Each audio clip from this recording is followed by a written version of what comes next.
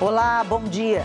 No meio da disputa entre caminhoneiros e empresários, o governo anunciou durante a noite a revogação da tabela com o preço dos fretes que tinha acabado de ser publicada. O recuo do recuo veio depois de nova pressão dos caminhoneiros que reclamaram da redução de quase 30% nos preços do frete. Incapaz de encontrar uma solução que encerre de vez a crise, restou ao governo marcar mais uma reunião para agora de manhã. E você vai ver que as idas e vindas do governo também contribuem para a alta do dólar. Nas casas de câmbio, a moeda americana já passa dos R$4 e atrapalha os planos de quem pretende viajar para o exterior. 2 traficantes que saíram da cadeia pela porta da frente estão por trás da guerra que vem aterrorizando moradores da Zona Sul do Rio. Só no ano passado, mais de 1.000 presos do estado ganharam benefícios de saída temporária e não voltaram para a prisão. A Procuradoria-Geral da República esclarece quem são os investigados no inquérito que apura repasses de R$40 milhões da JF para políticos do MDB. A lista tem 6 senadores, 2 ex-ministros e um ministro do TCU. Vem aí o reajuste dos planos de saúde. O Ministério da Fazenda está analisando o percentual, mas a expectativa das empresas é que fique perto dos 13%, bem acima da inflação. O Bom Dia Brasil faz um giro pelo sul do país para mostrar as cidades que amanheceram com temperaturas congelantes. E um alerta para as mulheres que fazem de tudo pela vaidade. 10 entre 12 produtos para alisar o cabelo foram reprovados num teste, porque representam riscos à saúde. A descoberta da NASA que renova as esperanças de se encontrar provas de que tem existido vida em Marte. O Flamengo vence o clássico contra o Fluminense e abre 5 pontos de vantagem na liderança do Brasileirão.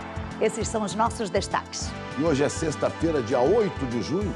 Bom Dia Brasil está começando agora.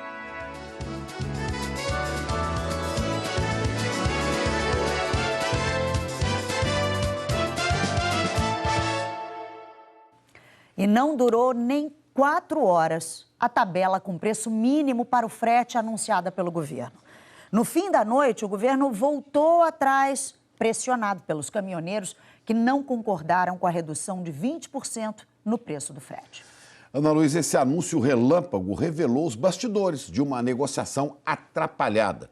O governo tem cedido a cada pressão e agora vai fazer mais uma reunião daqui a pouco, que é para tentar achar um novo acordo. Fábio William, em Brasília, acompanha essa situação. A sensação, né, Fábio, é que o governo está sem rumo, está sem norte. Sem norte, sem sul, sem leste, sem oeste. Está difícil, viu, Chico? Bom dia para você, bom dia para Ana Luísa. A cada pressão, o governo recua. Depois da divulgação da revisão da tabela, os caminhoneiros pediram encontro com o ministro dos Transportes ontem à noite e disseram que não aceitariam. Resultado, em menos de 10 dias, o governo vai ter que publicar a tabela de frete pela 3ª vez. Foi o ministro dos Transportes que anunciou no fim da tarde do Palácio do Planalto que a nova tabela do frete estava valendo. Essa tabela conseguiu normalizar o valor do frete próximo ao que já vinha sendo aplicado no mercado. Mas não durou nem 4 horas e a tabela, que chegou a ser publicada com preços mínimos, segundo o governo, em média 20% menores do que a anterior, já não valia mais. Às 10 da noite, veio o novo anúncio do ministro no gabinete dele durante uma reunião com os caminhoneiros, que fizeram questão de gravar o recuo do governo, segundo eles, para acalmar a categoria. Vai ser tornado sem efeito essa resolução, tá, pela diretoria da NTT, vai voltar a ter a efetividade da resolução anterior, para que a gente possa discutir com todos as categorias, as associações, para que a gente volte com uma tabela que seja uma tabela factível, que represente o custo real do frete para o transporte de cargas no Brasil. Os caminhoneiros pediram para ser recebidos depois de uma análise dos valores fixados. Para eles, o preço do frete baixou demais e foram feitas mudanças que não tinham sido combinadas. Eles dizem que o valor ficou inviável. Essa tabela que ele apresentou hoje, ela estava abaixo do que antes da greve, muito abaixo antes da greve, quase 30% de diferença da outra. Nós estamos mexendo com toda uma cadeia produtiva. Nós entendemos que há as pressões. O governo afirmou um compromisso conosco, nós só queremos que esse compromisso seja cumprido. Nós temos sim um receio? Temos, por isso que nós estamos aqui. Mas ele tem que cumprir o compromisso que foi firmado desde o dia 27. Na quarta-feira, a reclamação era dos empresários da indústria e do agronegócio, que são contra o tabelamento. Justamente um dos pontos do acordo com os caminhoneiros para pôr fim à greve. A Confederação da Agricultura e Pecuária chegou a pedir a suspensão do tabelamento ontem ao presidente Temer e ameaçou entrar na justiça. A gente considera um retrocesso, né, você voltar ao tabelamento de preço. Hoje a livre concorrência, a iniciativa, a negociação entre os privados, né, não existe mais esse tipo de forma. Então o governo tentar interferir na iniciativa privada só vem para atrapalhar ainda mais, né, todos os setores da economia, inclusive o agronegócio. À noite, depois do recuo do governo, a CNA disse que foi pega de surpresa e que essas idas e vindas reforçam que o momento é de insegurança jurídica. A tabela do frete foi criada por meio de uma medida provisória para tornar obrigatório o valor mínimo que os embarcadores têm que pagar para os caminhoneiros levarem as cargas. Isso com base no que estão levando, no tamanho do caminhão e na quilometragem. Antes da greve, o que existia era uma tabela de preços apenas de referência. Perto de meia-noite, a NTT, que elaborou a tabela, divulgou essa nota, que diz que hoje tem reunião com entidades do segmento para aprofundar a discussão sobre a matéria. Não entrou em detalhes sobre nada. O encontro foi marcado para daqui a pouco, às 9 horas. Nós procuramos o ministro dos Transportes, Walter Casimiro, depois que ele gravou o vídeo anunciando que uma nova tabela será discutida hoje, mas ele não quis gravar. Ana Luísa, Chico tá igual ioiô, vai e vem, mas não sai do lugar, viu? Pois é, que negócio, se correr o bicho pega, se ficar o bicho come, né? Cobertor curto, tenta resolver de um lado, falta do outro. Todas essas expressões populares traduzem o que a gente está vendo nos bastidores, né, Fábio? É isso, Chico. Mas a situação é grave e os suspeitos de matar o caminhoneiro José Batistella com uma pedrada durante a greve se entregou à polícia em Rondônia. Williams Maciel Dias, de 32 anos, se apresentou numa delegacia e depois foi levado para a casa de detenção de Vilhena. Segundo a polícia, ele confirmou ter jogado a pedra contra o caminhão de José Batistella, mas disse que não teve intenção de matar, não, e que o objetivo era causar danos aos caminhoneiros que não aderiram à greve. Os reflexos da greve dos caminhoneiros ainda são sentidos mais de uma semana depois do fim da paralisação. Uma pesquisa feita no estado de São Paulo mostra que o frango está mais caro em muitos supermercados. As granjas tiveram que aumentar o preço para compensar o que foi perdido durante a paralisação. Este frigorífico em Rio Claro recebeu esta semana 11 mil aves, 40% menos que a média. Durante a greve, chegou a ficar sem frango para o abate. De mais de 50 anos de história do nosso frigorífico, é a primeira vez que a gente fica sem abater por falta de produto de frango vivo, né? Por falta de matéria-prima. Com a paralisação, os caminhões que transportavam ração ficaram parados nas rodovias. O produtor foi pego de surpresa. Sem um grande estoque de alimento, muitas aves morreram nas granjas. Nós perdemos em torno de uns 20 mil animais a campo. Para diminuir o prejuízo, o produtor precisou aumentar o preço. Segundo o Centro de Estudos em Economia Aplicada da USP, o quilo do frango no estado de São Paulo passou de R$ 3,42 antes da greve para R$ 4,75, aumento de quase 40% em 3 semanas, o maior valor desde 2003.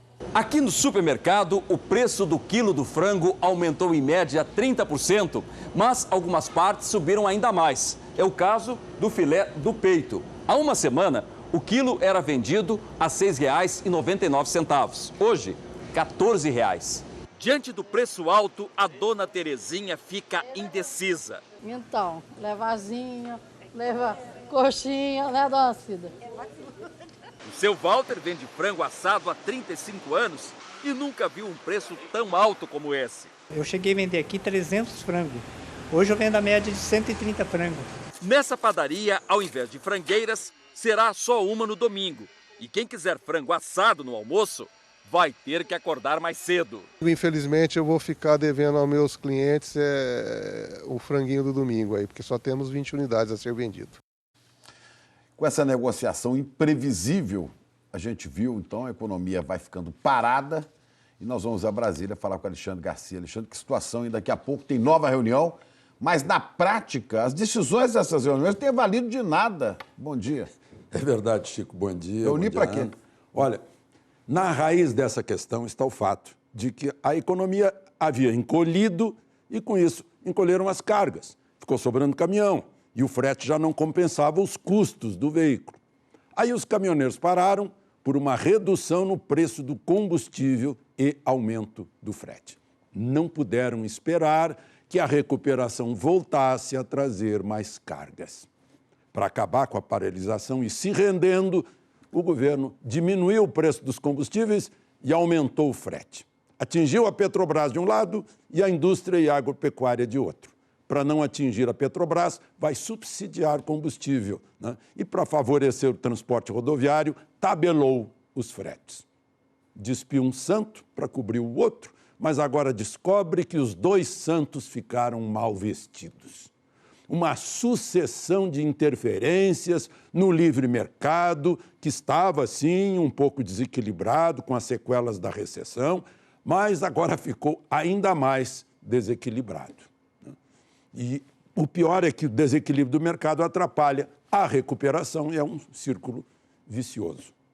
O susto com a facilidade com que se paralisa o país, somado à fragilidade do governo e a fatores externos, viraram um terreno fértil para acrescentar o tempero da especulação. Aí o dólar disparou, a bolsa caiu, com a economia americana atraindo capitais. Está aí o resultado de interferências naquilo que sempre se ajeita, que é o mercado. E tudo isso atrapalha o setor que gera riqueza para pagar tudo a todos, a economia. O governo não cria riqueza. Paira sobre esse episódio a famosa frase do marqueteiro de Bill Clinton, é a economia estúpido, mas deixa isso para lá. Melhor é lembrar que depois de tantas reuniões em Brasília, vão fazer mais uma agora de manhã, que a reunião mais perfeita, que com o tempo junta todos os interesses e em que todos cedem um pouco e todos acabam ganhando com a normalidade, se chama mercado. É um mercado. Ana e Chico? Obrigada, Alexandre. E mais 2 ônibus foram incendiados ontem à noite em Minas Gerais. A gente conversa ao vivo com o Ismar Madeira. Ismar, bom dia. Quantos ataques já foram registrados desde domingo, hein? Muito bom dia a todos. Olha, subiu para 103 o número de ataques a ônibus, prédios e veículos públicos aqui em Minas Gerais, em 36 cidades. Em Belo Horizonte, agora de manhã, técnicos trabalham para restabelecer o abastecimento de luz em uma rua. É que a fiação elétrica foi atingida pelo ataque a um ônibus. As chamas se alastraram e rapidamente a fiação derreteu. O motorista do ônibus estava sozinho e não se feriu. Em Passa Quatro, no sul de Minas, um ônibus também foi atacado. O fogo colocado no ônibus atingiu a fiação elétrica e uma casa. Em 5 dias, no sul de Minas, 37 veículos foram atacados em 19 municípios daquela região. 58 pessoas foram presas, segundo a polícia, no estado, e 22 menores de idade apreendidos. A polícia diz que a ordem para os ataques estaria partindo de uma facção criminosa. Ana Luísa, Chico. Obrigado, Ismar. Falando então de problemas na segurança pública em Minas Gerais, e agora vamos falar do Rio de Janeiro, porque moradores da zona sul do Rio estão enfrentando essa semana uma guerra entre bandidos, entre facções, há tiroteios diários, tiroteios pesados, e por trás desses confrontos estão traficantes que já estiveram presos, ganharam liberdade provisória, só que não voltaram mais para o presídio. Só no ano passado, no estado do Rio, mais de 1.000 presos aproveitaram esse tipo de benefício para fugir.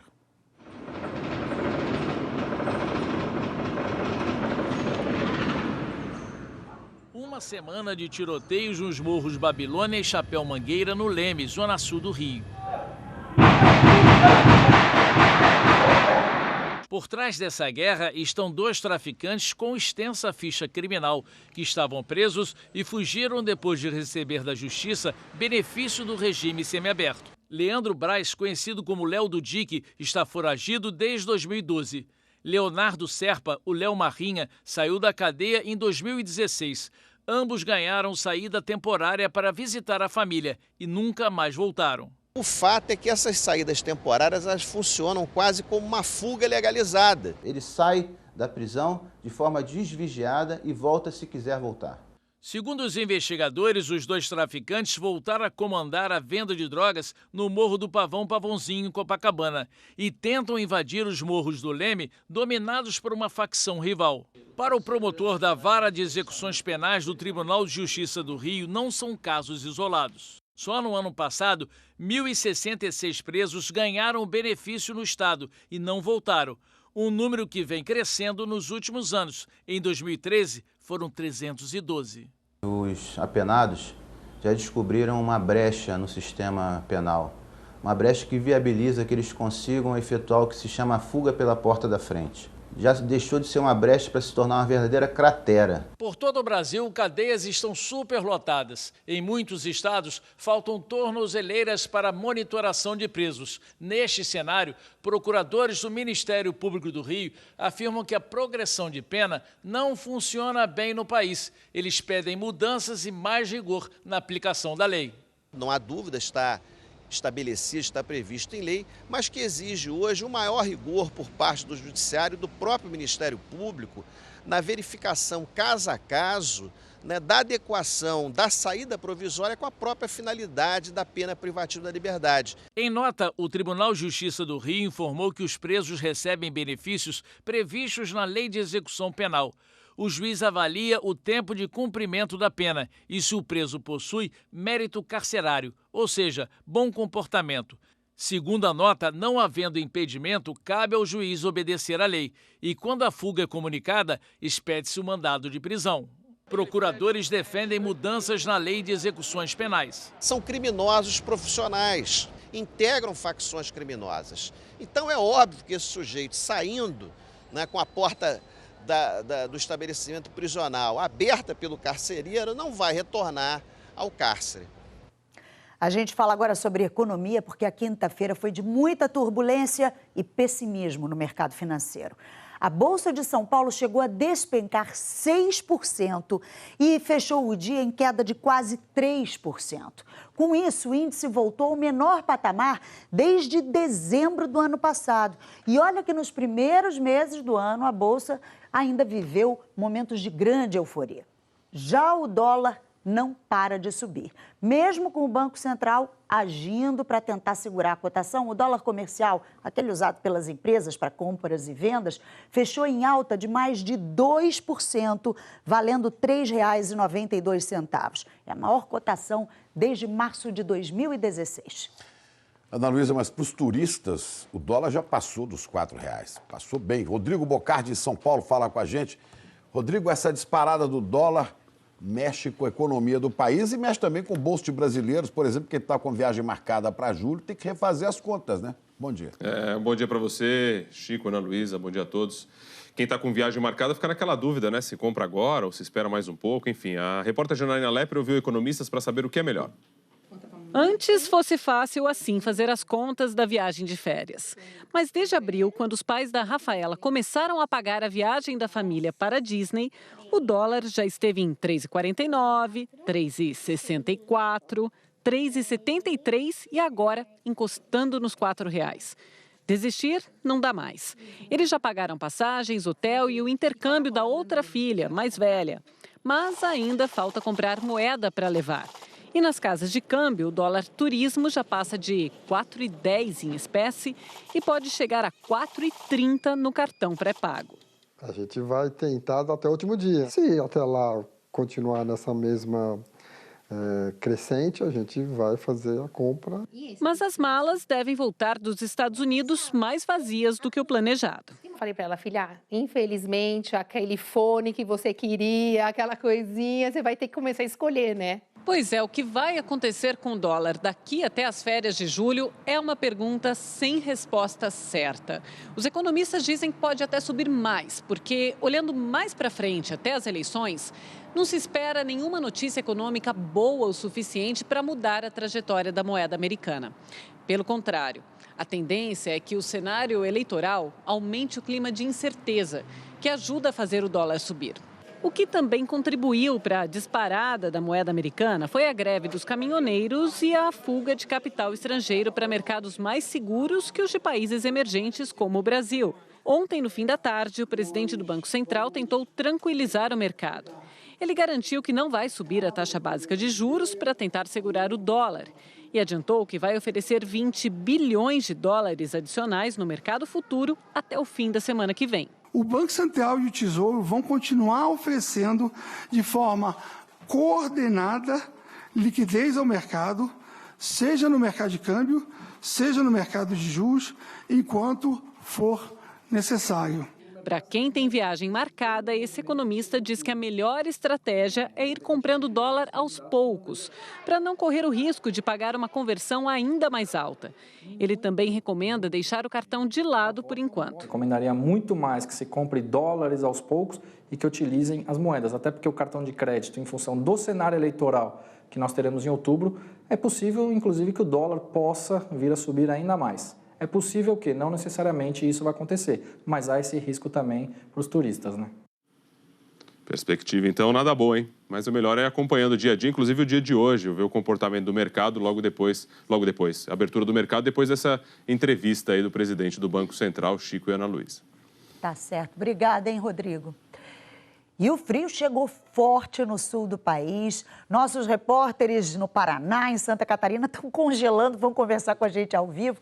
A gente vai começar com a Bruna Bronowski, porque geou em Guarapuava, no Paraná. Bruna, que gelo que deve estar aí. Que gelo, Ana. Bom dia a você, bom dia a todos. Vou te contar que eu moro aqui em Guarapuava, centro-sul do Paraná, há 4 anos e essa é a geada mais forte e também a mais bonita que eu já vi. Aqui na cidade a gente registrou a menor temperatura do ano, 0,4 grau, menor inclusive que a temperatura prevista, que era de 1 grau positivo. Em vários lugares da cidade, várias superfícies congeladas, os vidros dos carros, os bancos e pontes nas praças. Aqui neste parque onde eu estou, tudo está branquinho, toda a grama branquinha, como a água do lago é mais quente que a superfície, toda a água evapora e a temperatura deve chegar a no máximo 12 graus hoje por volta do meio-dia. Dá para falar que está bem gelado por aqui, viu, Ana, Chico? E tá linda a paisagem. Obrigada, tá Bruna. E olha, a Eduarda Demenec está em Urupema, na Serra Catarinense, e também conversa com a gente. Eduarda, bom dia, nem preciso perguntar, né? Tá de luva, casaco com golinha de pele, gorrinho, tá gelada também aí. É isso mesmo, viu? Bom dia para vocês, para quem nos assiste. Olha, faz muito frio aqui em Urupema. A mínima registrada hoje foi de 3 graus negativos. Eu estou na praça, bem no centro da cidade. Não teve geada e a temperatura agora é de 2 graus. Na madrugada, gente, um grupo de turistas corajosos veio aqui para a praça, tirou foto. Uma fina camada de gelo também se formou nos carros e por conta desse frio todo, as aulas na rede municipal foram atrasadas em 45 minutos. Ou, portanto, os estudantes hoje vão começar mais tarde, às 8h30 da manhã. No Morro das Torres, aqui em Urupema, teve a formação de cincelo, que é o congelamento do nevoeiro ao tocar no solo. E por lá fez 16 graus negativos a sensação térmica. É muito frio, né? Deus me livre. É gelado, né? Toda a Serra Catarinense, Serra Gaúcha, com temperaturas abaixo de zero. E nem começou o inverno, hein, Chico? Não, nós estamos na primavera. Vai nevar, vamos ver. Vamos falar com a Isabela Camargo, já está conosco aqui para falar do tempo. Era ser só o começo do inverno, né? Nem começou, não. Só o começo, não. Nem começou o inverno ainda. Ô, que Chico. Coisa. Ó, bom dia para você, Ana. Bom dia a todos que estão com frio ou não, né? Nós já vamos falar sobre isso. Nós estamos no outono, nós estamos há 13 dias, né, do inverno, que é a estação mais gelada, apenas para parte do país, porque no norte é verão o ano inteiro e o que muda é se chove ou não. No nordeste, o inverno interfere pouco nas temperaturas, mas Para quem está sentindo frio, então, o pessoal do sul, sudeste, parte do centro-oeste, né, em que o inverno acaba interferindo bastante nas temperaturas. Além do que a gente viu, quase 40 cidades da região sul amanheceram com menos de 5 graus, tirando as negativas. E aí o dia vai continuar gelado mesmo quando o sol se firmar.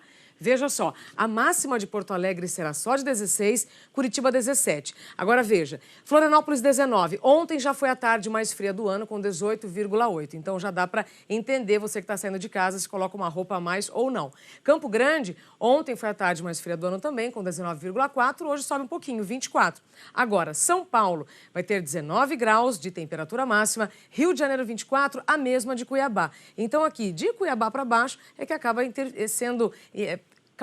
tendo mais temperaturas baixas, especialmente de manhã e à noite, por conta desse finzinho aí do outono. Já no restante do país, no centro-norte, a gente vai subindo as temperaturas também. A mesma área de alta pressão, que está fazendo circular um ar mais gelado e seco na região sul, olha só, deixando um ar mais frio, também agita o mar no Rio Grande do Sul e Santa Catarina e vai provocar um dia com bastante vento no litoral do Rio Grande do Sul, São Paulo e Rio de Janeiro, que já estava ventando bastante mais cedo. E aí, de toda a área que a gente tem bastante sol hoje aqui amarelado, do Amazonas, Rondônia, pegando o interior do Nordeste até o Sul, a área mais crítica para a secura fica aqui entre Mato Grosso, Piauí e Minas, com umidade do ar abaixo de 30%. E aí a chuva vai ser assim, do Amazonas até o Amapá, Rio Grande do Norte e Recôncavo Baiano, pancadas de chuva durante aí todo o dia, pode ter chuva a qualquer hora, Espírito Santo e Rio de Janeiro também. Ou seja, Chico e Ana, vocês podem ter chuva aí no Rio de Janeiro hoje a qualquer hora, tá? Aquela instabilidade típica de outono, Pois Chico. é, a minha cabeça, viu, Isabela? Minha cabeça está no hemisfério norte, né? Já está na primavera lá de cima. Boa, boa. Outono, me saí bem, viu? Me salvei dessa bobagem. Vamos lá. Vamos lá, Isabela. Tem alguma mudança prevista para o fim de semana, já que hoje, sexta-feira, está todo mundo se programando?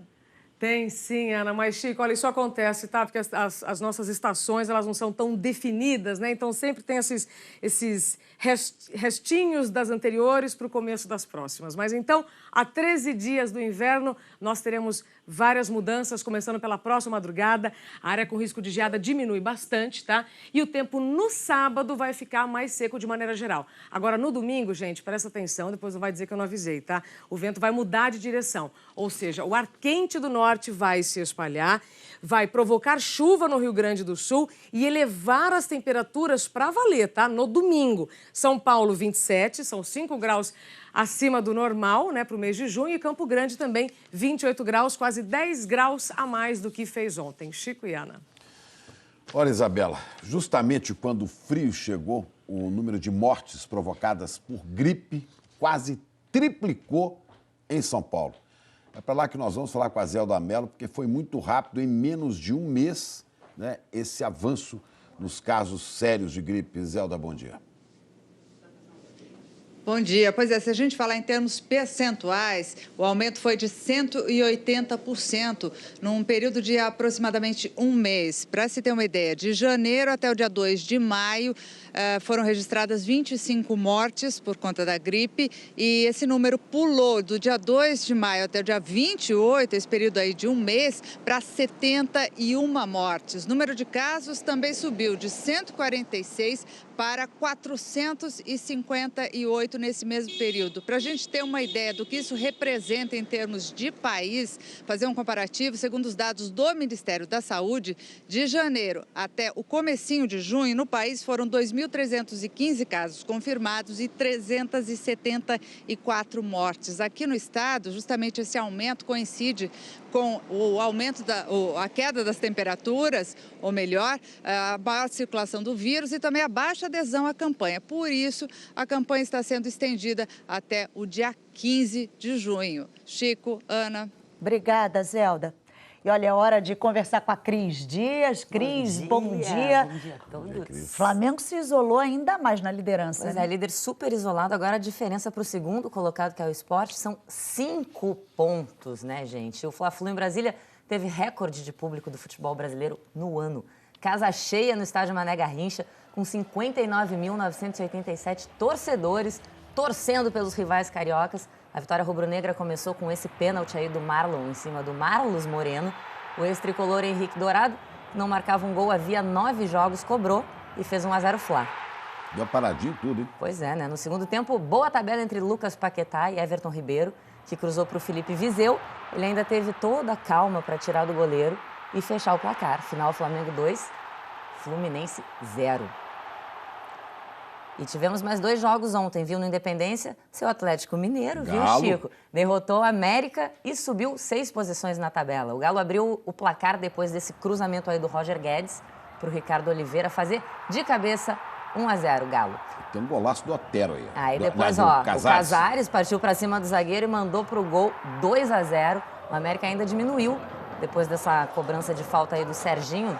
Foi ali na cabeça do Messias, né? 2-1, mas teve mais. No contra-ataque aí o Galo, Roger Guedes fez o passe para o Tomás Andrade tocar com categoria e fechar o placar. Atlético Mineiro 3, América Mineiro 1. E, ó, no outro jogo da noite, o Paraná recebeu o Bahia e fez o gol da vitória depois dessa bela troca de passes aí que terminou com o gol do Silvinho. Final, Paraná 1, Bahia 0. E ó, daqui a pouco então eu volto para falar de seleção brasileira. Segura, hein? certo, Que falta Cris. pouco agora. Estamos te aguardando. A seguir, vem aí o reajuste dos planos de saúde e as mensalidades devem subir bem acima da inflação. Os indícios encontrados pela NASA de que pode ter existido vida em Marte. E um alerta para quem faz tudo pela beleza. 10 entre 12 produtos para alisar o cabelo foram reprovados num teste porque representam riscos para a saúde. Agora, 8 horas... 1 minuto, hora de Brasília. Obrigada, Chico.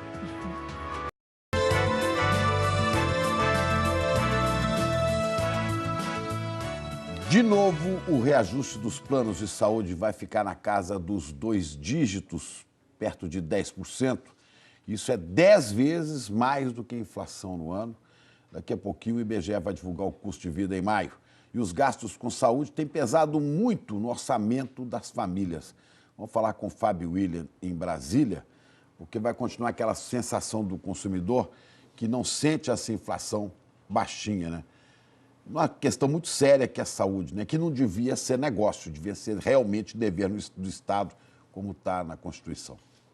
É isso, viu, Chico? Como você falou, aquela sensação, né? A sensação mesmo que o consumidor vem sentindo é a sensação de desespero. A ANS, que é a Agência Nacional de Saúde Suplementar, mandou uma proposta de reajuste para o Ministério da Fazenda. A ANS não quis antecipar o índice, mas a expectativa é de que seja próximo aos que foram concedidos nos últimos anos, ou seja, no mínimo 10%. Ano passado, 1, 2, 3, 5 cartões de planos de saúde. Rejane decidiu fazer um plano familiar depois de passar por uma experiência traumática.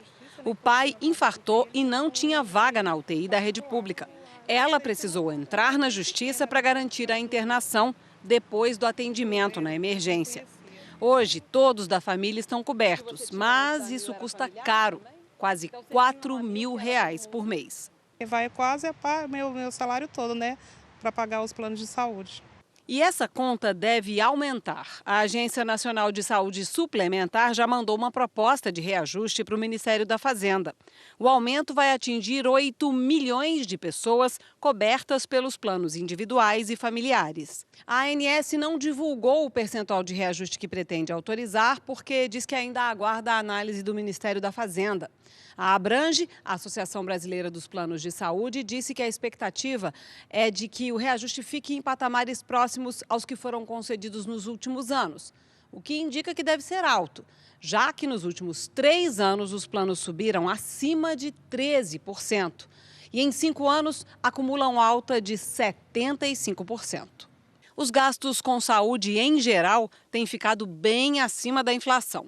É o que mostram números do IPCA, índice oficial divulgado pelo IBGE.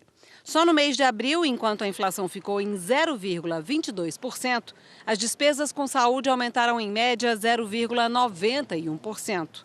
Nos últimos 12 meses, a inflação ficou em 2,76%. Os planos aumentaram 13,5%. Este economista diz que o aumento penaliza principalmente as famílias que cortaram outras despesas para priorizar o plano de saúde e que agora podem não conseguir pagar. Justamente no momento em que a atividade econômica está baixa no Brasil, o índice de desemprego está muito elevado e ainda por cima, mesmo aquele que está empregado tem uma redução na renda. Então, realmente é um sacrifício bastante grande que está sendo imposto à população. Sacrifício que a Magna diz já ter feito quando contratou o plano para ela e para 2 filhos. Dependendo do reajuste que for autorizado, Magna diz que vai ficar difícil. Eu nem sei se eu vou dar conta de continuar pagando. Sinceramente, eu não sei. Pois é, o percentual de reajuste deve ser anunciado até o fim do mês. É rezar para não ficar doente, viu, Ana Luísa? Tá caro ficar doente, Fábio. Obrigada. Muito. E o governo arrecadou 3 bilhões de reais em um novo leilão de áreas do pré-sal. Vamos ver os detalhes no telão? O bloco mais cobiçado foi o de Uirapuru, na Bacia de Santos, que saiu por mais de 2 bilhões e 600 milhões de reais. Nesse tipo de leilão, vence a disputa quem oferece ao governo a maior participação no excedente da produção. O consórcio vencedor, formado por empresas estrangeiras, ofereceu 75%. E um consórcio internacional também levou o bloco de Três Marias, na Bacia de Santos. Nesses 2 casos, a Petrobras tinha sido derrotada na concorrência, mas exerceu o direito garantido por lei de entrar com 30% de participação nos blocos. Sem concorrência, o consórcio liderado pela Petrobras ainda arrematou o bloco de 2 irmãos na Bacia de Campos. Um 4º bloco também foi a leilão, mas não houve interessados. E daqui a pouco, a Procuradora-Geral da República pede ao Supremo para investigar 9 pessoas no inquérito que apura repasses da JF. Veja só, Donald Trump diz que pode convidar o ditador da Coreia do Norte para visitar a Casa Branca.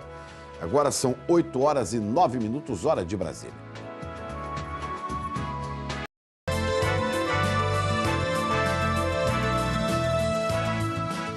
A gente está de volta com o pedido da Procuradora-Geral da República ao Supremo para investigar 6 senadores, 2 ex-ministros e um ministro do Tribunal de Contas da União. Ô Fábio, essa investigação faz parte do inquérito que apura repasses de 40 milhões de reais da JF para políticos do MDB. É isso, Ana. O inquérito foi aberto por ordem do ministro do Supremo, Edson Fachin, e é baseado nas delações de Sérgio Machado, ex-presidente da Transpetro, e de Ricardo Saldi, ex-executivo da JF. Raquel Dodge afirmou que vai investigar 9 pessoas. Os senadores Renan Calheiros, Jader Barbalho, Eduardo Braga, Valdir Raupp, Dário Berger e o presidente do Senado, Eunício Oliveira.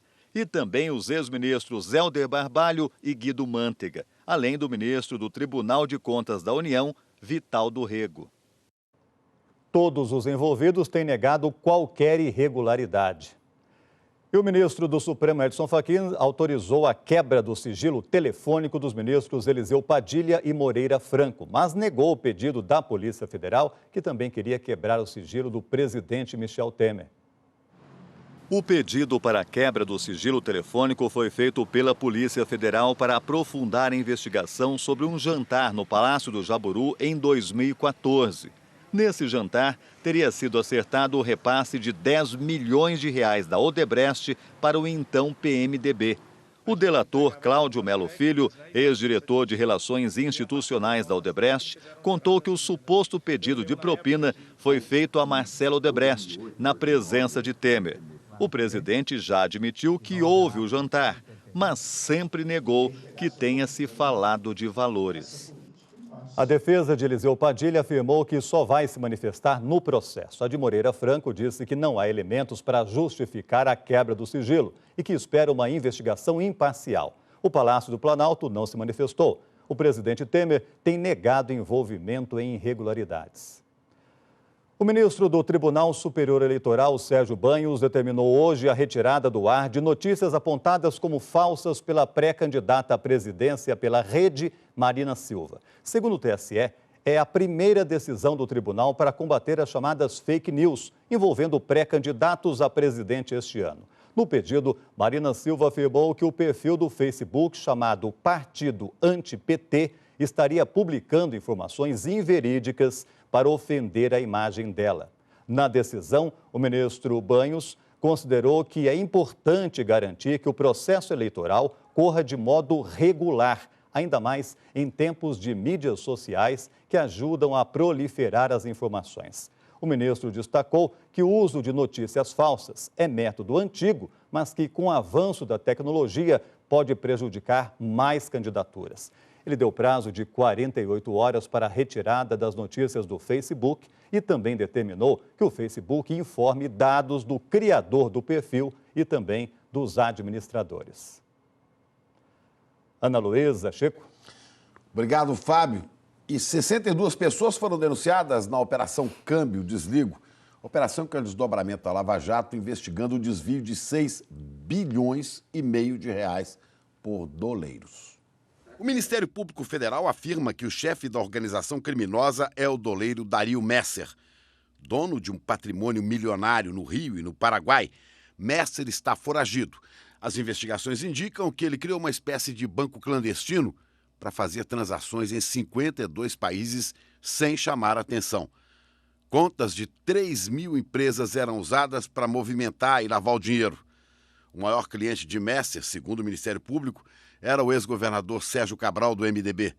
E pela primeira vez, os procuradores conseguiram comprovar que o ex-governador também recebeu propina da construtora Queiroz Galvão, quase 24 milhões de reais, referentes a obras do PAC, Arco Metropolitano e Linha 4 do metrô.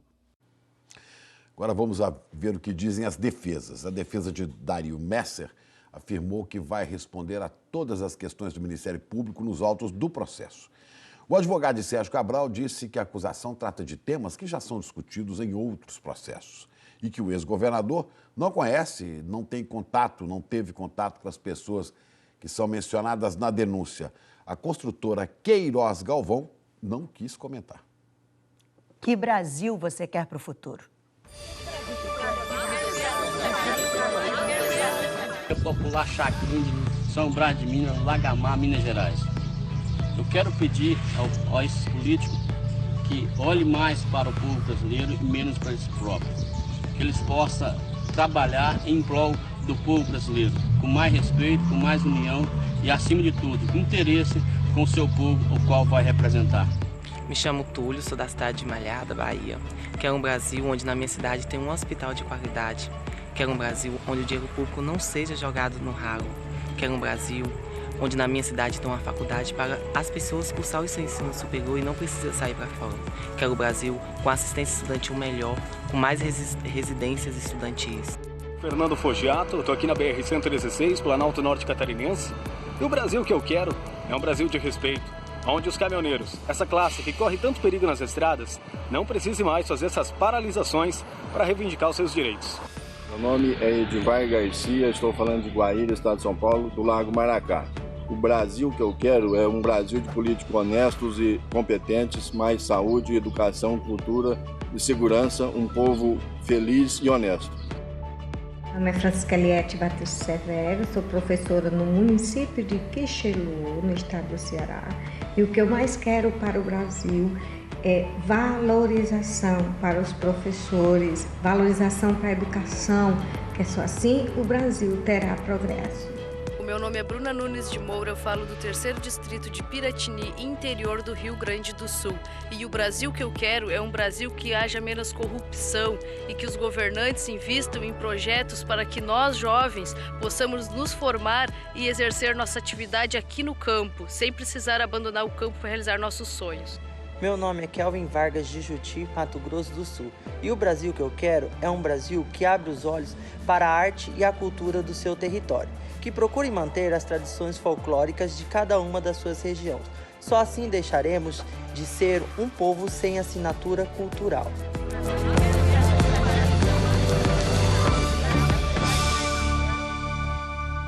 Ô Chico, muita gente fala sobre a importância do investimento na educação. Claro, isso é uma prioridade no Brasil e em qualquer país que valorize, né, as futuras gerações. Mas a Bruna, de Piratini, no Rio Grande do Sul, falou uma coisa importante. Bruna Nunes de Moura. Isso, da importância de se oferecer formação para o jovem que trabalha no campo. Isso é uma coisa que precisa ser vista para que eles possam investir ali, aonde eles trabalham e possam crescer como profissionais. Pois é, agora quando você fala de educação, valorizar a educação é valorizar o professor. E o básico para valorizar é pagar bem, é pagar o professor pelo menos um pouco daquilo que se paga hoje para tantos assessores que não fazem coisa nenhuma ou que fazem muito pouco e ganham muito dinheiro público. Vamos pagar bem o professor, você vai ver se não tem resultado isso na educação. Viu, como disse a professora do Ceará. Pois é.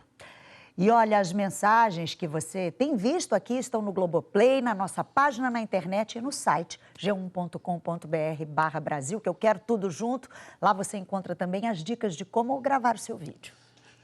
E a seguir, um teste reprova várias marcas de produtos usados para alisar cabelos. E o susto no treino da seleção brasileira em Londres. Você vê já já. Agora, 8h21, hora de Brasília.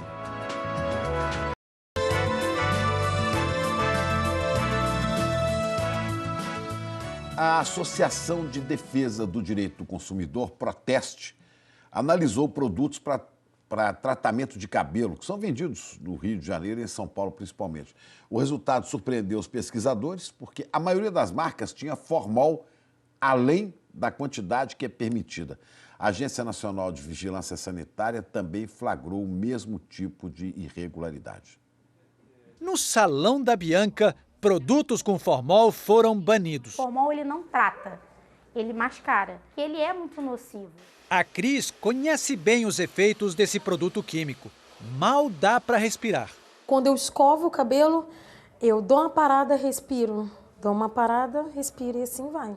Em casa, ela atende clientes que pedem produtos para alisamento de cabelo que contém formol. Mas elas não se preocupam na saúde, elas se preocupam mais na beleza. No mercado não faltam opções para quem procura beleza a qualquer preço. A Proteste, uma associação que defende os direitos do consumidor, avaliou as 12 marcas de cremes para escova progressiva mais vendidas no país. A informação contida nos rótulos, a acidez dos produtos e a quantidade de formol.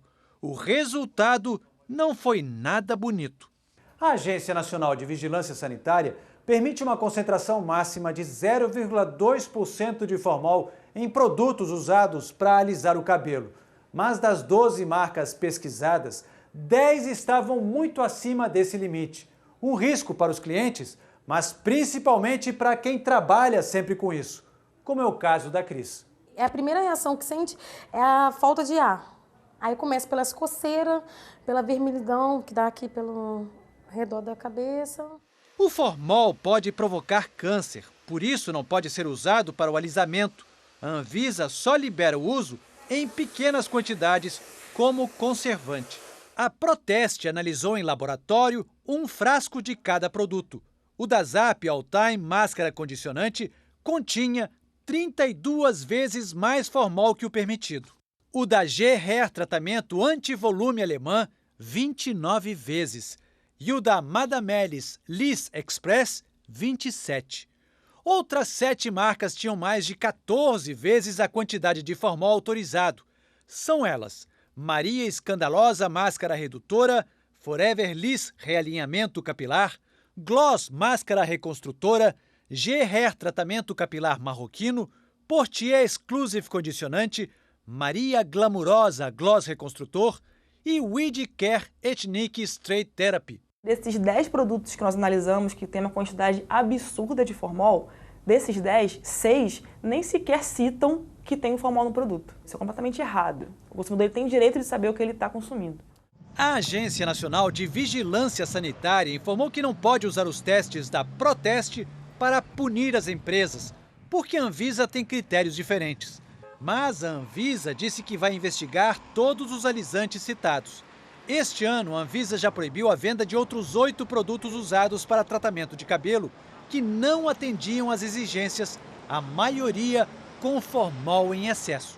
Provoca câncer das vias respiratórias, pneumonia, edema pulmonar, uns casos de rinite crônica, asma crônica.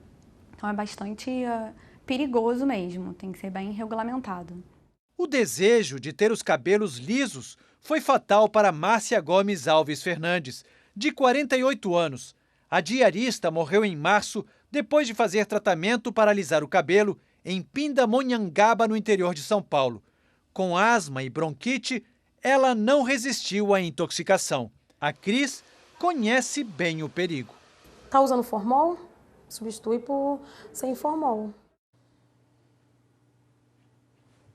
Ana Luísa, mas será que tem mesmo que alisar o cabelo e correr esse tipo de risco, né? Será que vale a pena, né? Vale por uma questão de vaidade? Até onde vai, né? Será que vale a pena procurar a Maria Escandalosa? Olha, escandalosa é a quantidade de produtos químicos que as pessoas inalam e respiram e sofrem durante esses tratamentos. Vamos ver as respostas. A Portier questionou os testes da Proteste, dizendo que a análise não tem valor legal não e que a empresa não teve oportunidade de fazer a contraprova e nem sabe como é que o produto foi adquirido. A perfumaria Elance, que fabrica a linha de produtos da Portier, informou que repudia o uso do formol e que vai fazer todas as análises pertinentes. A Madamelis disse que desconhece a origem do produto analisado pela Proteste e que tem agido firmemente no combate a falsificações da marca. A Forever Liss diz que todos os seus produtos seguem o padrão de qualidade exigido pela Anvisa. Informou também que a marca está sendo vítima de falsificadores e que já avisou a Polícia Civil sobre isso. A Fox Cosméticos, responsável pela máscara reconstrutora Gloss, diz que o produto testado pode pertencer a lotes que foram falsificados. A Zap Cosméticos contestou o resultado, alegando que não tem informação sobre como o material avaliado pela Proteste foi obtido e que não há contraprova. O que, segundo a empresa, inviabiliza testar com segurança a procedência e a originalidade do produto. A Widicare diz que usa formol somente como conservante dentro da quantidade que a lei permite. E nós nem tivemos retorno das empresas responsáveis pelas marcas. Olha aí, Maria Escandalosa, Maria Glamurosa e Gerrer. No nosso site você encontra a relação de outras 8 marcas que foram fiscalizadas pela Anvisa e que tiveram a venda proibida. Se você quiser outras informações sobre tratamento feito com escova progressiva, entra na página do Bom Dia Brasil na internet. Vamos ao noticiário internacional agora. A gente fala da expectativa para o encontro entre o presidente dos Estados Unidos, Donald Trump, e o líder norte-coreano, Kim Jong-un. Então vamos direto a Tóquio conversar com o correspondente Márcio Gomes. Márcio, boa noite para você aí em Tóquio. O mundo está de olho no que vai sair dessa reunião. E como, Ana Luísa? Bom dia para você, Chico, bom dia a todos. Faltam 4 dias para esse histórico encontro entre Kim Jong-un e Donald Trump em Singapura, quando os Estados Unidos vão cobrar o fim do programa nuclear da Coreia do Norte. Como isso vai ser feito? Em quanto tempo? Isso ainda não está claro. Trump diz que, se tudo der certo, vai convidar Kim para visitar a Casa Branca. Ele fez esse comentário depois de se encontrar com o primeiro-ministro japonês Shinzo Abe. O Japão não admite, mas está apreensivo com a possibilidade de Trump, querendo algum resultado, ou qualquer resultado, aceitar uma contraproposta norte-coreana, sem entregar suas bombas e principalmente sem entregar os mísseis que podem atingir Tóquio, que fica a uma curta distância para um foguete desses. Não se sabe também o que os norte-coreanos podem exigir em troca: o fim da proibição de fazer negócios com outros países imposta pela ONU, a retirada das tropas americanas da Coreia do Sul. O secretário de Estado americano, Mike Pompeo, afirmou que o ditador Kim Jong-un garantiu a ele pessoalmente que está comprometido com a desnuclearização, mas não deu maiores detalhes. Pompeo já esteve 2 vezes com Kim. Como ex-diretor da agência de inteligência americana, ele deve ter analisado como ninguém as palavras do líder, a postura, o cenário ao redor. Ele afirma que tem apresentado suas análises ao presidente americano, mas Trump surpreendeu a todos ontem quando disse: "Acho que eu não preciso me preparar muito para esse encontro. É mais uma questão de atitude, de vontade de ver as coisas serem feitas." Palavras de Donald Trump. Ana Luísa, Chico. Obrigado, Márcio. E daqui a pouco você vai ver que líderes das maiores economias do planeta estão trocando farpas antes da abertura da reunião do G7. E a NASA está mais perto de provar que houve vida em Marte. Agora 8h32, hora de Brasília.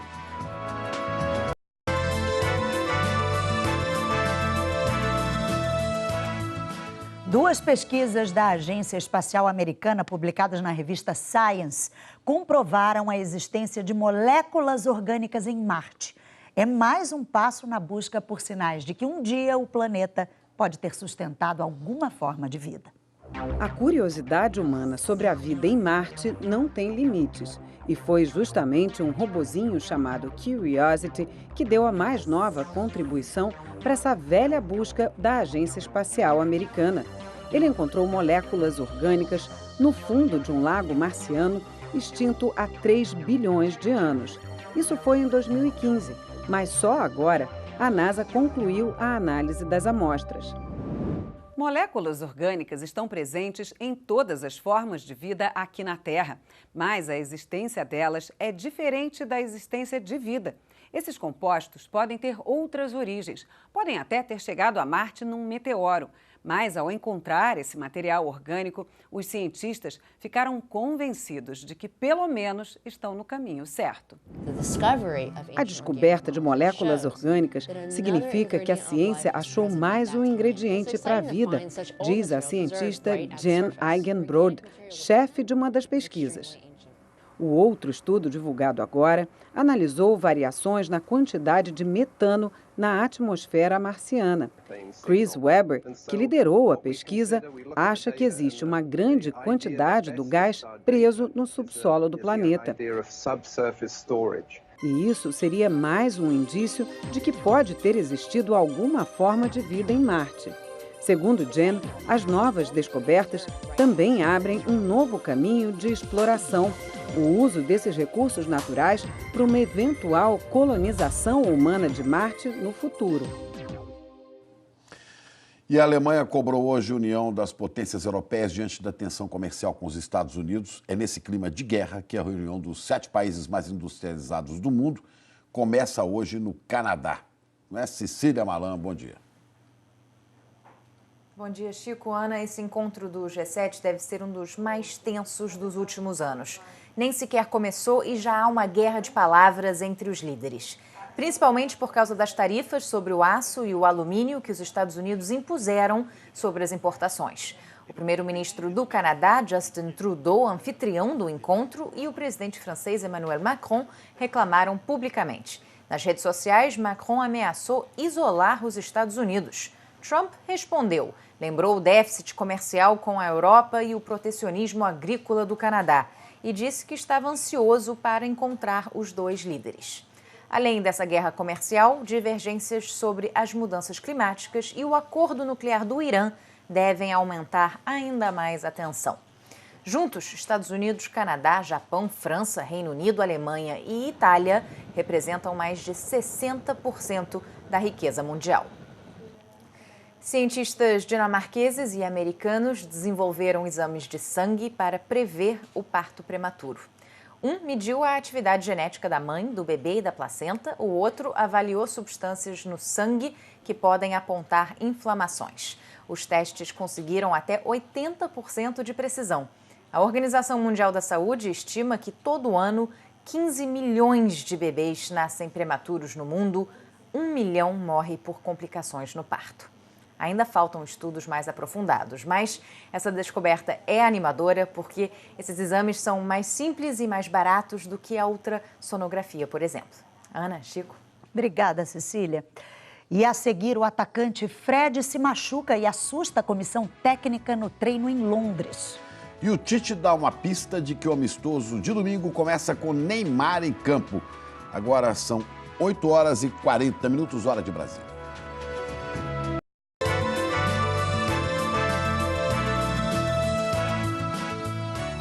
Acaba de nos chegar aqui informação de uma tragédia acontecida hoje de madrugada no mar do Rio de Janeiro. 2 embarcações afundaram em Itaguaí, região metropolitana do Rio, nesta madrugada. Esse naufrágio foi na Baía de Sepetiba. Primeiras informações dão conta de que 22 pessoas estão desaparecidas. 3 corpos já foram resgatados. As embarcações teriam sido alugadas por pescadores. O deputado estadual Cabo Júlio, do MDB, se entregou agora de manhã no batalhão do Corpo de Bombeiros de Minas Gerais. A prisão dele foi determinada pelo Tribunal Regional Federal 1, em Brasília, no processo da chamada Operação Sanguessuga. A investigação de 2006 apurou um suposto esquema de desvio de dinheiro público com pagamento de propina a parlamentares a partir da compra de ambulâncias superfaturadas. Na época, Cabo Júlio era deputado federal. Ele foi condenado a 4 anos de prisão por improbidade administrativa. A defesa disse que vai recorrer contra a prisão. E o assunto agora é a seleção brasileira. A Cris Dias está aqui com a gente. Amanhã tem mais, domingo tem mais um amistoso, né, Cris? Isso aí, o último, né, Chico? O Brasil enfrenta a Áustria domingo em Viena, no último amistoso antes da estreia na Copa da Rússia, dia 17, contra a Suíça. E vamos falar ao vivo com o Tino Marcos, em Londres. Bom dia para você, Tino. Renato Augusto já voltou, mas agora quem deu um susto foi o Fred, é isso? É isso, Cris. Bom dia a todos. Pois é, no treino de ontem, com o campo reduzido em 40 metros, os espaços ficaram muito apertados. O treino foi muito disputado e o Fred acabou sendo atingido pelo Casimiro no tornozelo direito. Deixou o campo mancando e será reavaliado hoje.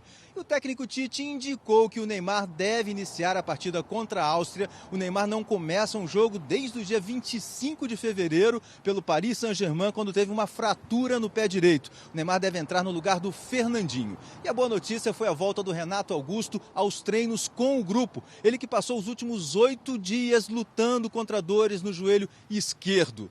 De um modo geral, a seleção aproveitou muito bem os 10 dias aqui em Londres. É o que nos mostra agora a correspondente Marina Isidro. É Londres, uma metrópole. Mas nesta região da cidade, o clima é outro. Enfield fica a 20 quilômetros da agitação do centro.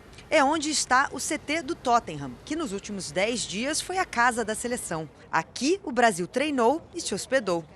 O ambiente tranquilo só era quebrado quando os jornalistas chegavam e eram recepcionados pelo simpático segurança da Romênia. Boa sorte, seleção.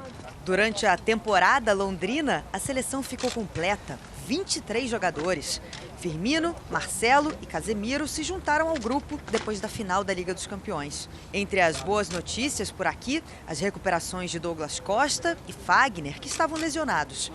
E desde ontem, Renato Augusto mostrou que a dor no joelho esquerdo diminuiu e voltou a treinar com os companheiros. E como na Inglaterra é costume viajar de trem, foi assim que a seleção embarcou para Liverpool, para o amistoso contra a Croácia. Também em Londres, Neymar fez a parte final da recuperação da cirurgia no pé direito. No treino de ontem, Tite indicou que domingo contra a Áustria ele vai começar jogando pela primeira vez desde a fratura, há pouco mais de 3 meses. O CT agora vai ficar assim, vazio, já que o Brasil viaja hoje para Viena, onde joga contra a Áustria no domingo. E a importância desses dias em Londres vai muito além do que acontece aqui em campo.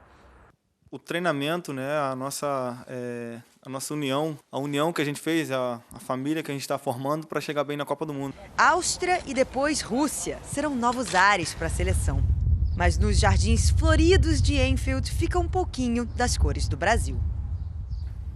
E a partir de segunda-feira já começa a nossa cobertura direto da Rússia com a Ana Paula Araújo e a Fernanda Gentil. E eu, a partir de quinta-feira à noite, estarei no Sport TV News da Copa, ao lado do Ivan Moré. Tomara, então, que quando eu voltar aqui para o Bom Dia Brasil, a seleção já seja hexa, né, gente? Aí a gente comemora aqui. A gente comemora aqui. Aqui em São Paulo, Brasília e Londres, Rodrigo Bocardi. Olha, um lembrete aqui de São Paulo, foram prorrogadas as inscrições para o vestibular da FATEC, Faculdade de Tecnologia. Terminariam hoje, vão até segunda-feira agora. São mais de 14 mil vagas. Boa sexta, bom final de semana. Durma até acordar, se puder. Tchau, tchau. Daqui a poucos minutos, a partir das 9 horas, vai ser liberada a consulta ao primeiro lote de restituição do imposto de renda. Um total de quase 5 bilhões de reais para mais de 2 milhões de contribuintes. Uma ótima sexta, um excelente fim de semana. Uma notícia que acaba de chegar, o famoso chefe americano Anthony Bourdain, uma celebridade no mundo da gastronomia, foi encontrado morto na França. Ele estava gravando um programa de culinária. Amigos, colegas e admiradores deixam mensagens de choque e tristeza nas redes sociais. Anthony morreu aos 61 anos. Até segunda, gente. Até mais, Cecília, Rodrigo, Fábio. Eu me despeço aqui de vocês também. Uma ótima sexta-feira, bom fim de semana. Obrigada pela companhia. Bom dia para você e bom fim de semana. Bom dia para você em Arujá, que está fazendo 166 anos. Na Grande São Paulo, pode dizer com a gente, graças a Deus. Hoje é sexta-feira, é vida que segue. Até segunda.